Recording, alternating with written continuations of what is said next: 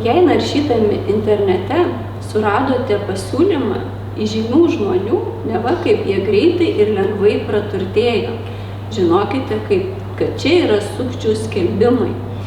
Jie siūlo neva atskleis paslaptį, kaip galima lengvai ir greitai praturtėti.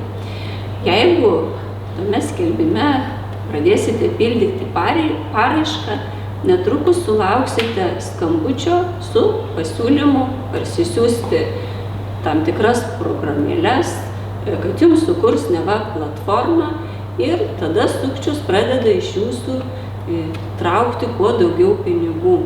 Jūs matote, kaip lengvai, greitai turtėjate. Aišku, sukčiaus yra toks tikslas, kad kuo daugiau ištraukti tų pinigų.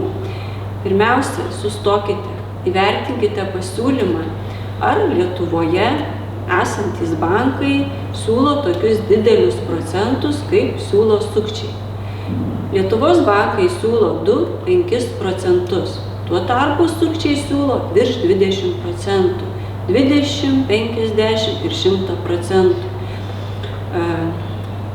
Ką galite geriausiai padaryti, tai nutraukite pokalbį, taip pat galite informuoti policijos virtualų patrulį apie tokius skelbimus internete.